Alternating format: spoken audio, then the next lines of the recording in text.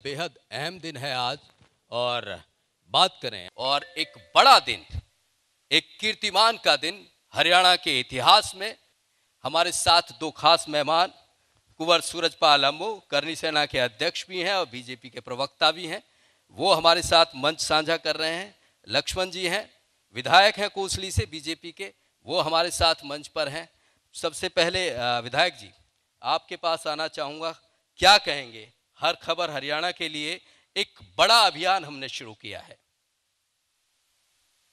सबसे पहले तो साधना ग्रुप को नया चैनल खोलने के उपलक्ष्य में मैं बधाई देना चाहूँगा, आभार व्यक्त करना चाहूँगा उन्होंने, क्योंकि पहले भी आपके अनेक चैनल ग्रुप के माध्यम से चल रहे हैं, तो अनेक लोगों की समस्याएं आपने उठाने का काम किया है, मुख्य मुद्दों को आपने हाईलाइट करने का काम किया है। तो इसके लिए सबसे पहले आपको बधाई। और आज न्यू चैनल की ओपनिंग के उपलक्ष्य में मैं शेखाव जी आपको भी और सारे जो जुड़े हुए हैं इस चैनल के साथ उन सबको पुनः बधाई देता हूँ। जी बेहद शुक्रिया आपका विधायक जी। कुंवर साहब, आप हमारे साथ मौजूद हैं, अपने शब्दों में कुछ हमारे लिए कहिए।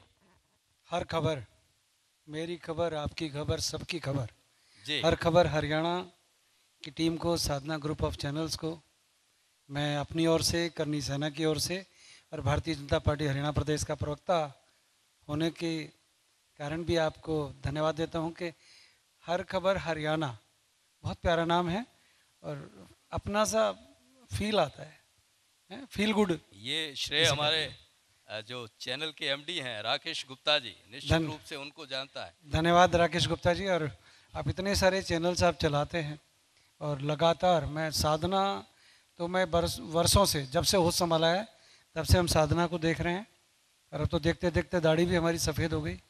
तो साधना हो, ईश्वर हो, देवम हो और अब हर खबर हरियाणा हो, इन सभी चैनलों को चलाने वाले कोई छोटे दिल का आदमी तो नहीं हो सकता, बहुत बड़े दिल के लोग हैं। और राकेश गुप्ता जी को मैं पुनः और उनकी टीम को भी धन्यवाद देता हूं कि उन्होंने हरियाणा की चिंता करी, क्योंकि ये हरियाणा का अपना न्यूज़ चैनल है हर खबर हरियाणा। धन्यवाद साधना ग्रुप ऑफ चैनल्स को। बेहद शुक्रिया आपका कुंवर साहब। विधायक जी, आपके पास आना चाहूँगा। लगातार 7 बरस की सरकार आपकी हो गई है और अमूमन ये सवाल उठते हैं कि चाहे विकास को लेकर आपकी तरफ से, आपकी सरकार की तरफ से लगातार दावे किए जाते हैं, लेकिन स्थिति की बात करें, ज़मीन पे स्थिति की बात करें, तो कई ऐसे वर्ग हैं जो अभी भी ये कहते हैं कि इस जगह, चाहे वो पिछले दिनों हमने देखा गांव के जो हेल्थ की जो स्थिति है, अभी भी ये खबरें आती हैं कि फला अस्पताल में डॉक्टर नहीं है, लंबी लाइनें होती हैं, दवाई नहीं है, क्योंकि आप गांव के आंचल से आते हैं, आपकी विधानसभा पूरी गांव की है। अगर वहाँ की स्थिति की बात करें तो क्या कुछ आपने सुविधा मुहैया करवाई है, क्या कुछ बदला है आपके ने 2 साल में वहाँ, खासकर अपनी विधानसभा में? शेखाव जी, जैसे आपने कहा आप रूरल बैकग्राउंड से आते हैं, निश्चित तौर पे रूरल से ही आता हूँ, लेकिन हमारे हरियाणा की और जगह की समस्याओं से अलग समस्याएं हैं जी। क्योंकि ज़्यादा हमारा एग्रीकल्चर बेस है। तो एग्रीकल्चर में हमारे इस क्षेत्र के लोगों की क्या क्या डिमांड रहती हैं, उनका मुख्य रूप से तो फसलों का मुआवजा समय पे मिले, फसलों की बिक्री समय पे हो, मंडियों की व्यवस्थाएं हों, बिजली समय पे ट्यूबवेलों को मिले, ट्यूबवेलों के नए कनेक्शन हों और ढानियों में रहने वाले लोगों को 24 घंटे बिजली मुहैया हो। इन सब बातों को मद्देनज़र रखते हुए आपने देखा कि मेरी सरकार जब से बनी है जी, आदरणीय मनोहर लाल जी के नेतृत्व में, तब से किसी भी चीज़ की कमी नहीं आने दी गई। क्योंकि मैं देख रहा था कि 6 साल से ट्यूबवेलों के कनेक्शन मेरे हल्के में 750 पेंडिंग थे, लेकिन उनको पूरा कराने का, अब कनेक्शन देने का काम मेरी सरकार ने किया। उसी तरह से आप देखेंगे जेएलएन में नहरों में पानी की मात्रा थी वो कम आती थी, 310 क्यूसेक आती थी, लेकिन हमने 750 क्यूसेक बढ़ाने का काम किया। वहीं आप देखेंगे कोरवे के समय और बिजाई के समय बिजली की मात्रा 8 घंटे आती थी, उसको 10 घंटे करने का काम किया। और साथ ही आपने एक चीज़ और जोड़ी है कि मेडिकल व्यवस्थाएं कैसी रही। मेडिकल व्यवस्थाएं भी आपको ताज्जुब होगा कि एक महामारी के समय लोगों को सुविधाएं जितनी शहरों की तरफ जब दौड़ रहे थे वहाँ नहीं मिलती थी, उसके बाद सीधे के सीधे कोसली हमारे हॉस्पिटलों में ही आके लोगों की जान कोविड के समय बची। और मैं तो उन सब डॉक्टरों को साधुवाद और धन्यवाद देना चाहूँगा कि उन्होंने ऑक्सीजन लेवल 60 आ गया था, उसके बाद भी उनको मौत से बचाने का काम मेरे यहाँ से किया। और जो आपने पहला क्वेश्चन मेरे से साथ में किया, अब डॉक्टरों की क्या स्थिति है। जब हम आए तो डॉक्टर एक होता था 13 की जगह, लेकिन आज मेरे यहाँ 9 PHC हैं और 3 CHC हैं और एक बड़ा हॉस्पिटल है। आज कोई भी डॉक्टर की कमी किसी भी उस पर नहीं मिलेगी। तो आज डॉक्टरों की जहाँ पूर्ति करने का मेरी सरकार ने जहाँ काम किया है, उसी तरह से एग्रीकल्चर बेस होने के नाते जो भी उनकी समस्या है उनको पूरा करने का काम। चलिए, हेल्थ की दृष्टि से आपने अपनी विधानसभा में अच्छा काम करवाया है, सरकार सहयोग दे रही है। कुंवर साहब, एक बात आती है, आप लगातार आपकी सरकार 7 साल से दावे कर रही है विकास जितना हरियाणा में पिछले 50 साल में नहीं हुआ वो आप लोगों ने 7 साल में निपटा दिया। लेकिन अगर बात करें इलाहाबाद चुनाव की तो आप लोगों को पसीने आ रहे हैं, वहाँ वोट मांगने में, घर जाने में दिक्कत हो रही है, गाँव में घुसने में दिक्कत हो रही है। एक्चुअल में इलाहाबाद चुनाव का रिजल्ट आएगा वो भारतीय जनता पार्टी के पक्ष में आएगा। आप देखिएगा हरियाणा की जनता जागरूक है। जो अभय चौटाला इस्तीफा देकर इलाहाबाद विधानसभा से भागे थे, वो पुनः उसी क्षेत्र से भागे नहीं थे, बलिदान दिया था उन्होंने किसानों के लिए। किसका बलिदान, किसके लिए बलिदान? इन लोगों ने लूटा है प्रदेश को। ये कहाँ से बलिदानी हो गए? नहीं, किसानों के लिए आपके विधायक की तरफ मैं आपसे क्या कह रहा हूँ, मेरी सरकार ने किसानों का भला किया है।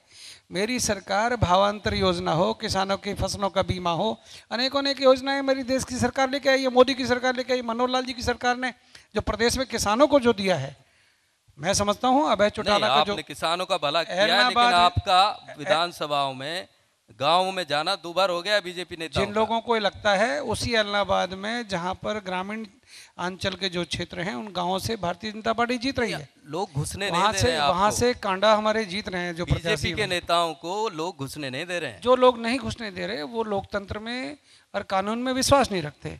जो अराजक लोग हैं जिन्होंने अशांति फैलाई हुई है हरियाणा के अंदर, वो नहीं चाहते कि भाजपा की जो सरकार जो विकास कार्य कर रही है, जो किसानों की चिंता कर रही है, वो करे। जिन लोगों को जवाब वहाँ की जनता देगी। इलाहाबाद विधानसभा भारतीय जनता पार्टी के पक्ष में मतदान करेगी वहाँ की जनता, और भाजपा जीतेगी। भाजपा जीतेगी दावा कर रहे हैं कुंवर सूरजपाल अंबू, बीजेपी के नेता हैं, प्रवक्ता हैं। किस मुहिम के तहत, किस मिशन के तहत, किस भावना के तहत हर खबर हरियाणा प्रदेश में लॉन्च होने जा रहा है, हमारे सहयोगी पूरे प्रदेश भर से आए हुए हैं। मैं गुजारिश करूंगा अपने सहयोगियों से कि उनसे बातचीत करें कि किस लक्ष्य को लेकर लोगों के बीच जा रहे हैं। नूपुर, ये हमारे सहयोगियों से बात करिए, पूछिए कि लोगों के बीच उनका जो अनुभव है हर खबर को लेकर, लोग क्या सोच रहे हैं, हरियाणा की जनता क्या सोच रही है, ये सारी चीज़ें फील्ड पर क्या रिस्पॉन्स मिल रहा है, दूसरी बात। और तीसरी बड़ी बात कि आखिर जो प्रदेश की एक बहुत लंबे समय से ये ख्वाहिश थी कि हर क्षेत्र की खबर दिखें, हर क्षेत्र का जो प्रतिनिधित्व है वो चैनल पर नहीं दिखता है, वो दिखे। अब ये जिम्मा हमने लिया है, हर खबर हरियाणा ने लिया है, उसको लेकर क्या रिस्पॉन्स है। मैं बात करूंगा अपने सहयोगी से जो तमाम प्रदेश से, पूरे ज़िले से आए हुए हैं, हर ज़िले से आए हुए हैं। उससे पहले विधायक जी, कोसली की बात नहीं करते हैं, ये जो आपका महेंद्रगढ़ का, रेवाड़ी का, ये जो साउथ हरियाणा है, वहाँ की स्थिति की बात करें, ये जो पानी वाली समस्या है बहुत बरसों से रही है। अभी भी ऐसी स्थिति नहीं है कि पानी को लेकर किसान पूरी तरह से खुश है। वो स्थिति क्या है, वो पूरी तरह से जो साउथ हरियाणा, पीने के पानी की भी दिक्कत है, खेती के पानी की तो दिक्कत है ही, उसको लेकर क्या कुछ हुआ है? आपने सही क्वेश्चन किया है। जो हरियाणा, दक्षिणी हरियाणा की मुख्य मांग है जी, और आपने देखा भी होगा कि हमारी सरकार जब से बनी है, आदरणीय मनोहर लाल जी ने टेल तक पानी पहुंचाने का कार्य किया है। लेकिन वर्षों से बंजर भूमि थी, वाटर लेवल कम था, तो वो धीरे धीरे रिकवर भी हो रहा है। और आज हमारे नांगल चौधरी से, उधर महेंद्रगढ़ से पहले आपने देखा 2-2 हज़ार गहरा फीट पानी था, लेकिन आज वाटर लेवल बदलने का भी काम किया है।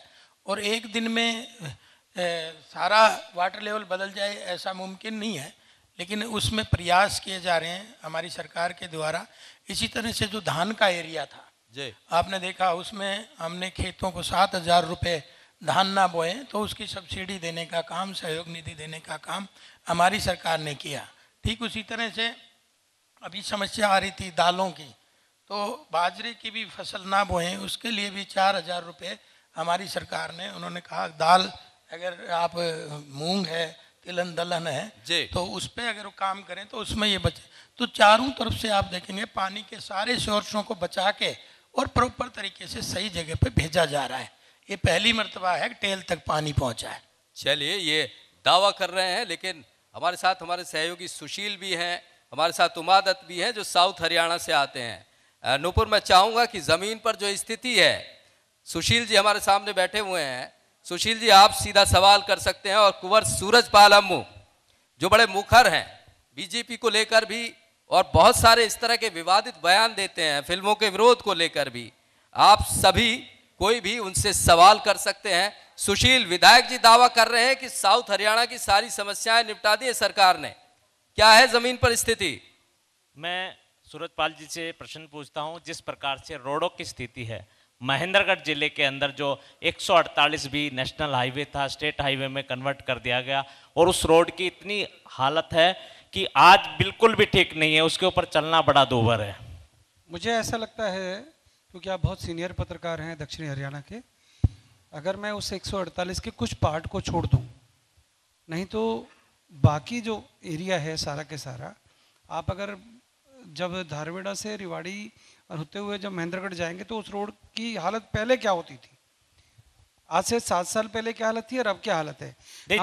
हमने गांव-गांव की सड़कों को भी इतना अच्छा बना दिया है कि उनकी तारीफ आज हमारे विरोधी भी करते हैं।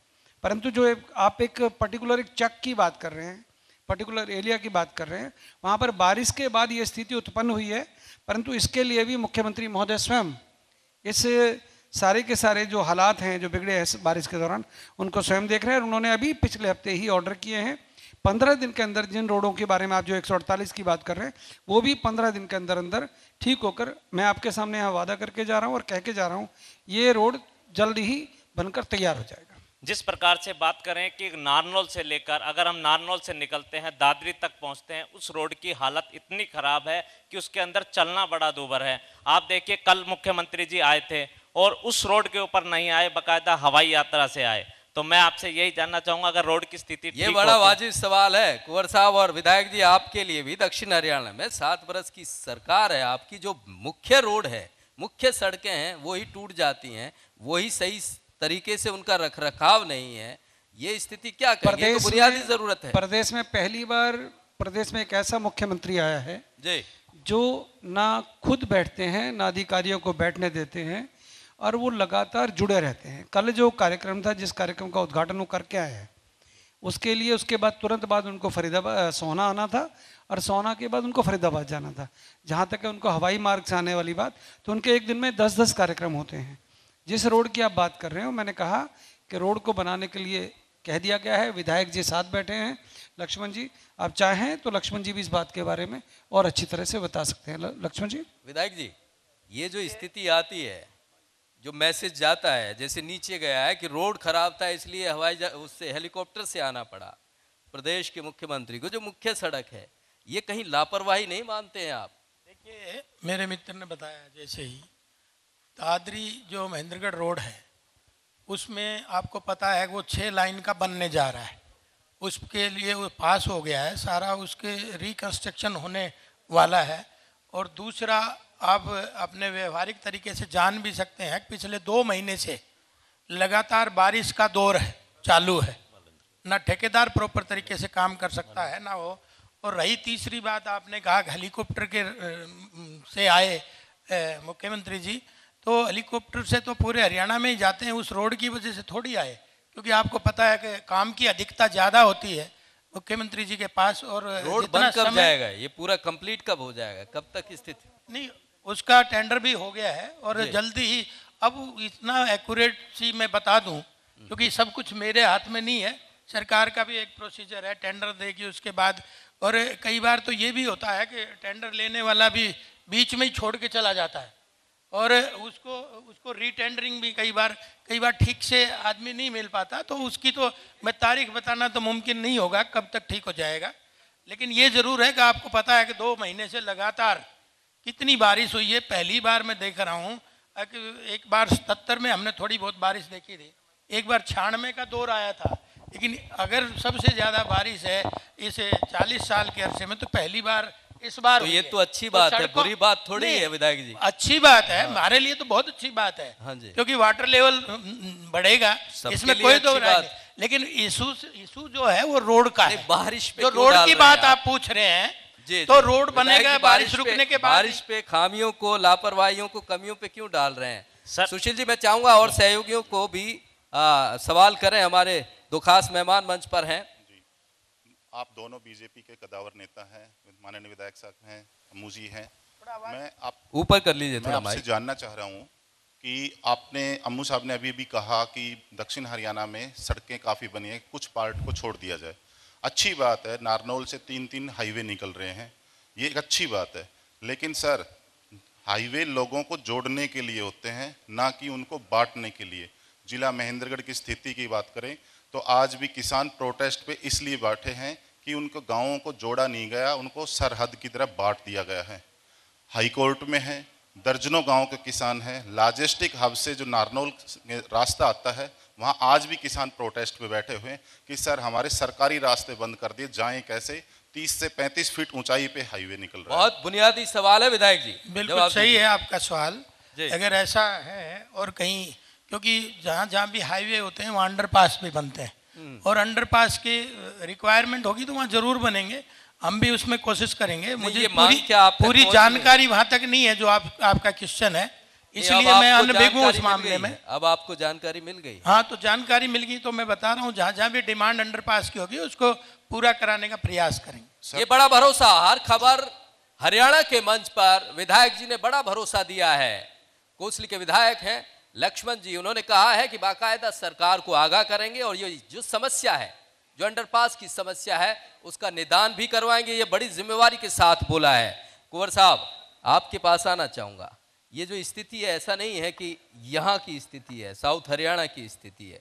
बहुत सारे हरियाणा के, अगर हम बात करें, सिरसा की बात करें, फतेहाबाद की बात करें या यमुनानगर की बात करें, सड़कों की समस्या नहीं है, हेल्थ की समस्या नहीं है, एजुकेशन की जो स्थिति की बात करें उसमें भी अभी, क्योंकि ये कोरोना की वजह से ऑनलाइन सिस्टम हो गया, ये ऑनलाइन क्लासेस हो गई, लेकिन अभी भी हमारी बहुत सारी आबादी, बहुत सारे ऐसे बच्चे हैं, बहुत सारे ऐसे गांव हैं जहाँ इंटरनेट की सेवाएं तो दूर हैं ही, वहाँ जो मोबाइल की बात है, उन्हें क्लास लेने की बात है। ये तकरीबन 2 बरस का जो ऐसा वक्त गया है एजुकेशन के लिहाज से, उसे क्या संभालने की योजना है खासकर बच्चों के लिए? मैं एक बात बड़े गर्व से कह सकता हूँ कि इस कोरोना काल से हम लोगों ने बड़े बखूबी से, हरियाणा सरकार ने अपने हरियाणा के बच्चों को शिक्षा प्रॉपर मिले, इंटरनेट के माध्यम से मिले, वो सुविधाएं हर ज़िले में, हर गांव में पहुंचाने की व्यवस्था सरकार ने की है। और इतनी बड़ी महामारी के बाद भी हमारा प्रयास ये रहा कि बच्चों को, चाहे वो स्टेडियम हो खेलकूद के लिए, चाहे वो इंटरनेट की सुविधा हो या हेल्थ से जुड़ी हुई समस्याएं हो, उनका समाधान करने का काम भी हरियाणा सरकार ने किया है। 2.5 करोड़, जिस प्रदेश के अंदर 97 लाख एडल्ट हैं और वहाँ पे जो वैक्सीनेशन का जो काम हुआ है 2.5 करोड़, यानी कि 2.5 करोड़ वैक्सीनेशन हम लोगों ने हरियाणा के अंदर किया है। ये भी हरियाणा की उपलब्धि है। ये दौर हमारा निकल गया, अब लोग ट्रैक पे सिस्टम आ गया है, सरकार ने पूरी कमान संभाल ली है। प्रदेश के मुख्यमंत्री स्वयं प्रत्येक विधानसभा में जाकर, प्रत्येक जिले में जाकर स्वयं सारी समस्याओं के समाधान को कैसे किया जाए, अधिकारियों के साथ बैठ के, भाजपा के कार्यकर्ताओं के साथ बैठ के, विधायकों के साथ बैठकर चर्चा करते हैं और उन समस्याओं का निदान कैसे हो, इसके ऊपर भी गंभीर होकर कार्य करते हैं। चलिए, आप दावा कर रहे हैं और ये भरोसा भी दे रहे हैं इस मंच के जरिए कि जल्दी जो भी समस्याएं, चाहे वो एजुकेशन को लेकर हो या दूसरे जो भी चाहे वो हेल्थ को लेकर हो, सड़कों की समस्या हो, उसका निदान सरकार जल्द से जल्द करेगी। कंचन हमारे सहयोगी लगातार बने हुए हैं। कंचन, क्या पूछना चाह रहे हैं? सर, मैं करनाल से जो रिपोर्टर हूँ, पिछले 5 साल से पत्रकारिता जगत में हूँ और हरियाणा के मुख्यमंत्री मनोहर लाल खट्टर जो वहाँ के विधायक भी हैं, साथ ही साथ अब समस्याएं लोगों को महंगाई के साथ कहीं ना कहीं धरना प्रदर्शन से हो रही है, क्योंकि कोई भी धरना प्रदर्शन होता है पूरा करनाल ब्लॉक हो जाता है। पूरे प्रदेश की बात की जाए तो पिछले कई सालों में धरना प्रदर्शन काफ़ी चल रहे हैं, तो ये एक अहम समस्या है। पूरा प्रदेश परेशान है। जिस तरह की स्थिति पिछले 10 महीने से बनी हुई है कुंवर साहब, ये स्थिति आपसे संभाली नहीं जा रही है। हम लोगों का बड़ा नुकसान हो रहा है। आने जाने की तो दिक्कत ही है। जहां वो रोजगार की जो इंडस्ट्री है, जो लोग वहां काम करते हैं, उनके तो खाने के लाले पड़ गए हैं। करनाल से हैं, मेरे पत्रकार मित्र हैं, बहुत सीनियर हैं। जी। जहाँ तक है करनाल के डेवलपमेंट की, तो मैं समझता हूँ करनाल आज की डेट में सीएम सिटी है और 7 साल से जितना विकास कार्य करनाल में हुआ है, मुझे लगता है कि बहुत अधिक विकास कार्य वहाँ हो रहे हैं। और जहाँ तक है धरने प्रदर्शन की, जो लोग धरना कर रहे हैं उनके बारे में आप अच्छी तरह जानते हैं। जिस प्रकार से प्रदेश का माहौल उन कुछ तथाकथित लोगों ने, चाहे वो चढ़ूनी हो चाहे वो लठैत हो, किसान बैठे हुए हैं, अपनी मांगों को लेकर बैठे हुए हैं। किसान का बेटा तो मैं भी हूँ, लक्ष्मण जी विधायक हैं, खुद किसान हैं, मैं स्वयं किसान हूँ। अब किसानों का ठेका अगर 4 लोग ले लेंगे, के नेता हैं, ये बीजेपी के विधायक हैं, बीजेपी के नेता का किसान नहीं हो सकते क्या? बीजेपी के नेता होने का क्या गुनाह है क्या? किसान तो हम है ना। हम लोग जो लोग क्या है जो बैठे हुए हैं, फिर जो लोग प्रदर्शन कर रहे हैं वो अराजक तत्व हैं, जो किसान नहीं है, वो प्रदेश का माहौल खराब कर रहे हैं। वो कांग्रेस, अरे वो कांग्रेस के हाथों में खेलने वाली कठपुतलियां हैं। आज चढ़ूनी की बात तो सरकार है, आपके हाथों में क्या आप ये संभाल नहीं पाते हैं? वो किसान नहीं है तो नहीं, क्या वो है? किसान नहीं है, चढ़ूनी तो गुंडा है वहां का। चढ़ूनी से बड़ा गुंडा कौन है हरियाणा के अंदर? आज करनाल के पत्रकार बता दें ईमानदारी से कि जिस प्रकार का माहौल, गुंडे काबू नहीं हो रहे आप सर। गुंडों को हम सर गुंडों को काबू 2 मिनट, मुख्यमंत्री कुछ कड़वा बोल दें तो तकलीफ होती है। मुख्यमंत्री उनको अगर समझाएं, अरे हम लोग उनको जो सुविधाएं आप जनता की क्या दिक्कत है? कमान आप लोगों को दे रखी है, आप संभालिए ना। आपको पता है गुंडे हैं तो फिर क्यों नहीं कार्रवाई करते हैं? गुंडों का इलाज, संभाल पाते हैं? गुंडों का इलाज जिस तरीके से हम करना चाहते हैं, सुप्रीम कोर्ट की कुछ गाइडलाइंस 10 महीने हो गए आपको, इलाज ही नहीं ढूंढ पाए। भैया एक्चुअल में क्या है, वहां पर जो किसान नहीं बैठा, वहां किसान नहीं बैठे, वहां पर अराजक तत्व बैठे हैं। कुंवर साहब, आपकी दुकान दरअसल उस रोड पे कहीं नहीं पड़ती है। हमारी दुकानें नहीं है, हमें तो वहां के व्यापारियों की चिंता है जो कुंडली के ऊपर, कुंडली बॉर्डर के आसपास कोई उद्योग नहीं है वहाँ। हमारे तो लोग हैं वो। हाँ, हमारे लोग हैं तो फिर क्या किया आपने उन लोगों के? मतलब अब उनको अगर उनके ऊपर लठ बरसाए तो सरकार ने ये कर दिया। किनके ऊपर? आपको, मैं मीडिया के मित्रों को, किसानों के ऊपर, अराजक तत्वों के ऊपर। किसानों के 4 लोग ठेकेदार कैसे हो सकते हैं? जिन्होंने एक दलित व्यक्ति को काटकर फेंक दिया, क्या वो किसान है? जहां पर बलात्कार हो रहे हैं, क्या वो किसान है?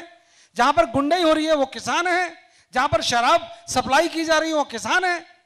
आप किसानों के ठेकेदार उनको कैसे बता सकते हैं? क्या है वो लोग अराजक तत्व हैं जिन्होंने प्रदेश का माहौल खराब किया हुआ है। आपको पता व्यापारी परेशान, दुकानदार परेशान, प्रदेश की जनता परेशान। यही तो बात कह रहे हैं कुंवर साहब। जब आपको पता है वो अराजक है, जब आपको पता है कि नुकसान कर रहे हैं, 10 महीने से वही की वही स्थिति बनी रही। करनाल के अंदर हल्का सा लाठी चार्ज कर दिया साहब, आंसू निकल आए, हाथ जोड़कर खड़े हो गए, आगे से नहीं करेंगे, पीछे से नहीं करेंगे।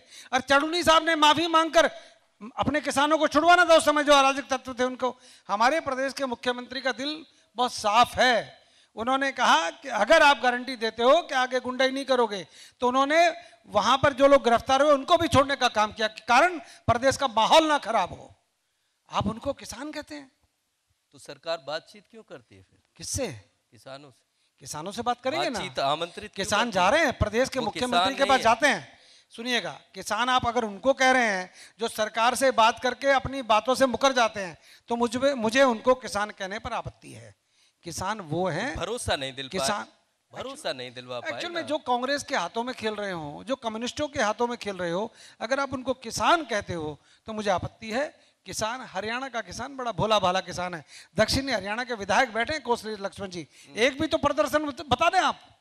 गुड़गांव से लेके महेंद्रगढ़ तक को प्रदर्शन हो। लक्ष्मण जी, आप भी मानते हैं किसान नहीं है जो चारों तरफ बैठे हुए हैं, जो धरना प्रदर्शन कर रहे हैं, जो रोड जाम कर रहे हैं? देखिए, ये कृषि प्रधान देश है। आदरणीय मोदी जी और आदरणीय मनोहर लाल जी ये अच्छे से जानते हैं किसान नहीं बढ़ेगा तो देश का विकास और प्रदेश का विकास नहीं होगा। ये हम अच्छे से जानते हैं, हम भी सब किसानों की संतान हैं। लेकिन किसान संवेदनशील नाम है, किसान एक मैसेज देने का नाम है। मैं ये नहीं कहता कि उसमें सारे किसान नहीं थे, उसमें किसान भी हैं, लेकिन कुछ लोग राजनीतिक एजेंडे के साथ उनके साथ बैठे हुए हैं, दोनों ही है। लेकिन एक बात और बता दूं मैं, जब सुप्रीम कोर्ट ने 1.5 साल के लिए तीनों कानूनों को बैन कर दिया तो मुझे लगता है कि भाई किसानों को अपने खेत में काम करना चाहिए। दूसरा ये है कि जब पंजाब की विधानसभा ने बिल पास कर दिया कि हम तो इन कानूनों को नहीं मानेंगे, क्योंकि कानून से व्यवस्थाएं चलती हैं, कानून से देश और प्रदेश चलता है, कानून से जनमानस की हम रक्षा सुरक्षा कर सकते हैं। लेकिन ये कह देना कि भाई हम कानून को ही नहीं मानेंगे, और आपने देखा 11 दौर की वार्ता भी हुई, आज भी हमारे सरकार के दरवाजे खुले हैं, लेकिन एक जिद्दी पकड़ लेना कि भाई इन तीनों कानूनों को वापस लो तब तो बैठेंगे, नहीं तो नहीं बैठेंगे, ये तो न्याय नहीं है ना। आज भी किसान का दर्द सुनने के लिए तैयार है। और दूसरा मैं और बता दूं तो आपको, किसान ही नहीं मानते। मैं एक और बता दूं आपको, मैं चढ़ोनी को अगर मैं भी बताऊंगा, वो ठीक कह रहे हैं, अपने हिसाब से ठीक कह रहे हैं, क्योंकि उन्होंने उस मंजर को देखा है, किसी के हाथ काट लिए जाते हैं, किसी के पैर काट लिए जाते हैं, कोई किसी के साथ बलात्कार हो जाता है, कोई किसी को जला के मार दिया जाता है। किसान मेरे देश का ऐसा नहीं कर सकता। तो कहीं ना कहीं तो है, कहीं ना कहीं राजनीतिक एजेंडा छुपा है इसमें। दूसरा आपने देखा, अगर भाई दक्षिणी हरियाणा की बात आप करते हैं, मेरा दक्षिणी हरियाणा का एक भी किसान वहां जाके नहीं बैठता, एक आध नेता को छोड़ दो आप, बाकी कोई वहां जाके नहीं बैठता। किसान तो मेरे यहाँ का भी है, और मेरे यहाँ का तो योगेंद्र यादव भी तो आप ही के असली यहाँ के भूड हैं। में पैदा होने वाला किसान योगेंद्र है। यादव भी आप ही के यहाँ के हैं। कर दिया ना योगेंद्र यादव को बाहर मैं तो कर दो। कहा ना, मैं तो अभी तो कहा, आपने पूरी बात नहीं सुनी कि एक आध आदमी को छोड़ दें। एक आध नहीं, पूरा फौज लेके बैठते हैं। नहीं नहीं, कोई फौज नहीं जाती मेरे यहाँ से, मेरे पास तो सब फोटोग्राफ हैं। अब आप झूठला यहाँ बैठा के झुठलाना चाहते हैं, अलग बात है, क्योंकि मैं तो किसान के रग रग से वाकिफ हूँ, खेत खेत खलिहान से वाकिफ हूँ, हल भी चलाया है, बैल भी। जब कोई राजस्थान से दिल्ली आना चाहता है ना, तो बड़ा घूम के आना चाहता है। नहीं ये ठीक है, राजस्थान। अब मैं आपको छोटी सी बात बताता हूँ, अब राजस्थान पूरे देश में बाजरा मेरी सरकार खरीदती है, पूरे देश में कोई बाजरा नहीं खरीदता। ये जो राजस्थान सरकार के लोग जो करा रहे हैं उसको बॉर्डर पे, क्योंकि हमारे हरियाणा में तो है नहीं एंट्री, वो राजस्थान में बैठे हैं, वो सरकार उनको उकसा रही है, सरकार उनको समर्थन दे रही है, और उस समर्थन की वजह से लोग डिस्टर्ब हो रहे हैं, क्योंकि वो अपना बाजरा खरीद ले, उनका बाजरा तो हम खरीदते हैं। अगर वो इसे ही किसान के हितैषी हैं, राजस्थान गवर्नमेंट है, पंजाब गवर्नमेंट अपना खरीदे तो सही। हम 11 फसलें खरीदते हैं जो हिंदुस्तान में कोई सरकार नहीं खरीद पाती, केवल 2 फसलें खरीदती है, गेहूं और धान, क्योंकि वो तो राइट टू फूड में राशन में देना है, इसलिए सेंट्रल गवर्नमेंट खरीदती है, उसमें स्टेट का लेना देना नहीं। लेकिन पहली बार स्टेट 11 फसलें हमारी खरीदती है। देखिए, ये पहली बार हो रहा है ऐसी स्थिति। देखिए, पूरे देश में सरकार भला करना चाहती है, और किसानों का किसान है कि वो अपना भला नहीं करवाना चाहते, लेकिन सरकार फिर भी अड़ी हुई है और किसान भी अड़े हुए हैं। ये स्थिति लगातार बनी हुई है। बहुत बहुत शुक्रिया आप दोनों मेहमानों का, कुंवर सूरजपाल अब्बू जी, लास्ट में आपका अपनी बात को मैं आपके माध्यम से जी समाप्त प्लीज करूं, प्लीज। क्योंकि देखिए आपका ये नया चैनल है, निश्चित तौर पे लोगों की आवाज़ आप उठाते हैं, तो वो लोग भी आपको दुआएं दें ताकि और तरक्की करें। और राजनीतिक लोगों का और पत्रकार का, मीडिया का तो एक ही सिक्के के 2 पहलू हैं, इसलिए साथ साथ चलने का इरादा जब जमा हो जाएगा, साथ साथ चलने का इरादा जब जमा हो जाएगा, आदमी से आदमी का कारवा बन जाएगा, और तू किसी के पैर के नीचे रख थोड़ी सी जमीन, तू भी किसी के लिए आसमां बन जाएगा, तू भी किसी के लिए आसमां बन जाएगा। बड़ा शानदार, बड़ा प्रेरणात्मक ये शेर पढ़ा है विधायक जी ने। हमारे सहयोगी हैं प्रवीण जी, वो कुछ कहना चाह रहे हैं कुंवर साहब से। सूरजपाल जी, अभी बहुत विकास की बातें अभी आपने की हैं प्रदेश की। मैं आपका ध्यान आपके ही शहर गुरुग्राम की तरफ दिलाना चाहता हूं कि मेडिकल हब होने के बावजूद गुरुग्राम में एक सरकारी हॉस्पिटल नहीं है, फ्लाईओवर जो बनता है वो गिर जाता है। तो ये सरकार कैसा विकास कर रही है, थोड़ा सा इस पर प्रकाश डालें। अभी मुख्यमंत्री हरियाणा ने 500 बेड का हॉस्पिटल जो 1966 का बना हुआ हॉस्पिटल था गुड़गांव का। उसकी पुरानी बिल्डिंग को तोड़कर वहाँ पे काम चालू हो गया है।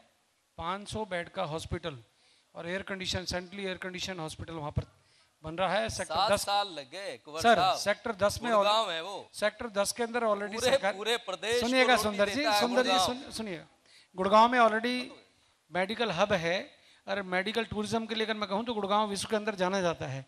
गुड़गांव के अंदर मेदांता सरकारी के लिए जाना जाता है। नहीं मेदांता आपके के लिए, हेल्थ आर्टिमिस मिनिस्टर के भी वहीं भर्ती लिए होते हैं। सर रुकिएगा ना। कोई ऐसा अस्पताल अरे अभी इलाज तक कराने आप के लिए तो कोई कहीं भी जा सकता है पूरे साहब। प्रदेश में एक ऐसा अस्पताल नहीं बना पाए जो आपके जो चुनिंदा लोग हैं उनको इलाज के मैं जवाब दे दूं? मेदांता से जवाब बचा दे- सके। मुझे जवाब दे दूं? हाँ, बचाइए। एक तो और बताइए। आप कह रहे हैं कि 500 बेड का हॉस्पिटल अप्रूव कर दिया है, सब कर दिया है। जब एक गुड़गांव में 5 star PWD rest house record 2 साल से कम समय में बन सकता है, तो क्या गुड़गांव में हॉस्पिटल नहीं बन सकता? मैं आपसे कह रहा हूं कि उसका टेंडर हो चुका है, काम चल रहा है। सेक्टर 10 के अंदर ऑलरेडी एक सरकारी हॉस्पिटल आपको मालूम है एक चल बार आप रहा उसकी है। हालात आप जरूर देखिए मैं वहां आपसे- जाकर के। सर सुनिएगा, दूसरी बात, गुड़गांव के अंदर जिस प्रकार से कोरोना काल के अंदर गुड़गांव ने पूरे हरियाणा को ही नहीं NCR को संभाला है, उसके लिए तो कम से कम गुड़गांव के हॉस्पिटल्स का, और हरियाणा के अंदर अंबाला छावनी का भी एक ऐसा हॉस्पिटल है जहां पर दूर दूर से लोग आते हैं। PGI रोहतक की बात करूं मैं, बाड़सा एम्स की बात करूं, इतने कॉलेजेस, और अभी हर जिले के अंदर मेडिकल कॉलेज हरियाणा के अंदर बन रहा है। तो हरियाणा अपने आप में एक मेडिकल टूरिज्म के लिए हब है और निश्चित तौर पे प्रदेश सरकार इसमें और 4 चांद लगाने का काम कर रही है। मेरा ऐसा मानना है कि गुड़गांव के विषय में चिंता ना करें। गुड़गांव के विषय में हेल्थ को लेकर चिंता ना हो। कंचन, हमारे सहयोगी ऋषि भारद्वाज हैं पलवल से, वो कुछ कहना चाह रहे हैं, पूछना चाह रहे हैं, बताइए।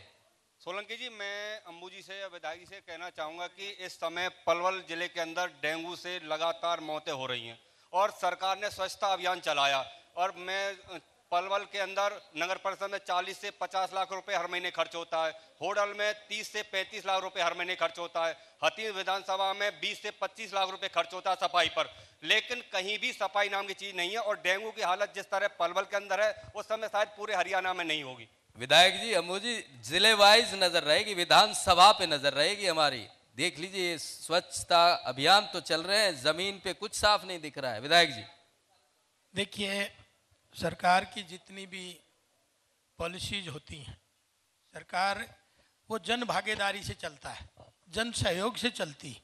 आपका ठीक सवाल है कि स्वच्छता अभियान सब लोग मिलके चलाएंगे तब कामयाबी मिलेगी। सरकार तो अपने तरीके से चला ही रही है, लेकिन जन भागीदारी के बिना सब साफ हो जाए ये जरूरी नहीं है। नहीं, विधायक जी, इसलिए ये कहना चाहते हैं हम। और दूसरा, आपका डेंगू का आपने प्रश्न किया है, मैं इस बात से सहमत हूँ। डेंगू का प्रकोप अब ज़्यादा बढ़ा है, इसमें एक कतई दो राय नहीं, क्योंकि हर बारिश के बाद आपको पता है वायरल ज़्यादा फैलता है, और उसके लिए हमारी सरकार ने अब उसका दवाइयों का छिड़काव भी शुरू किया है, ओक भी शुरू की है। तो उस बात की पहले से चिंता है, और ये सही है कि मौसम बदलते ही वायरल अपना हमला बोलता है, तो उसका नतीजा है। लेकिन ये सारी बातों का सरकार के ध्यान में है। चलिए, सरकार के ध्यान में है, इस पर सरकार बिल्कुल कोई ना कोई जल्दी कदम उठाएगी। आखिरी में कुंवर साहब 2 शब्द हो जाएं। विधायक जी ने बड़ा अच्छा शेर सुनाकर हमारा मनोबल बढ़ाया है आपकी तरफ से। मैं तो सिर्फ इतना ही कहना चाहूँगा कि 90 के 90 विधानसभाओं में और 22 के 22 जिलों के बहुत सीनियर मोस्ट जर्नलिस्ट बैठे हुए हैं, जिनके साथ मेरा व्यक्तिगत परिचय भी है। मुझे अब लगने लगा है कि अब सरकार को और संगठन को भी इतना सजग रहना पड़ेगा हर खबर हरियाणा की तरफ से, क्योंकि आप लोगों ने जिन पत्रकार मित्रों को चुना है, निश्चित तौर पे वो हमको भी समय समय पर जगाते रहते हैं।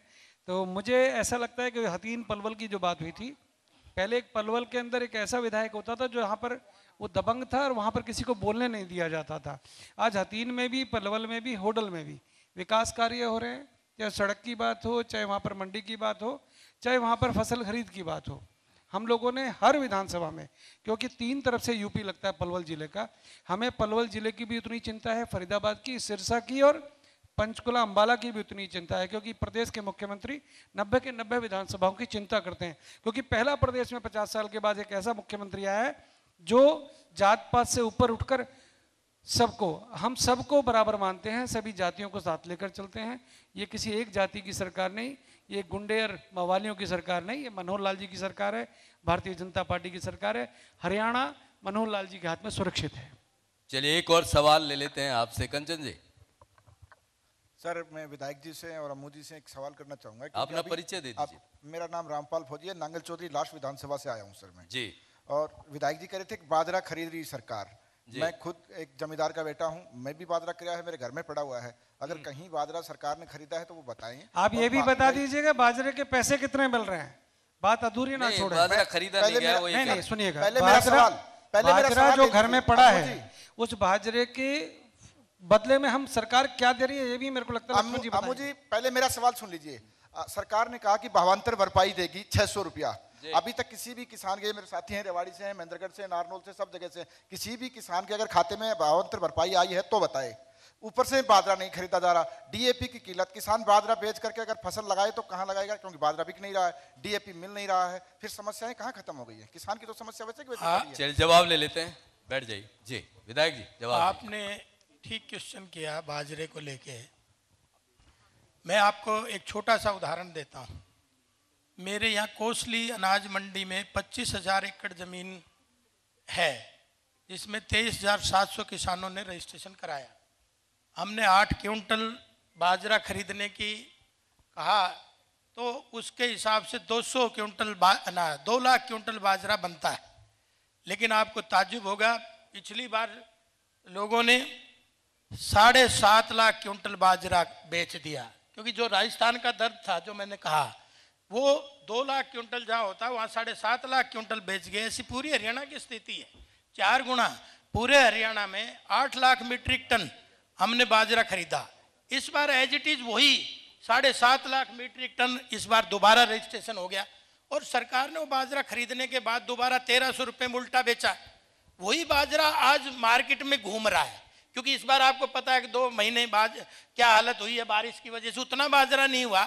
मैंने तो आड़तियों से भी कईयों से बात करी, उन्होंने कहा जी 60% बोगस रजिस्ट्रेशन हुआ है। अब आप देखिए, हुआ ही 4 क्विंटल है, 5 क्विंटल है, लेकिन हम तो 9 क्विंटल के भावांतर दे रहे हैं और सबके खातों में पैसा जा रहा है।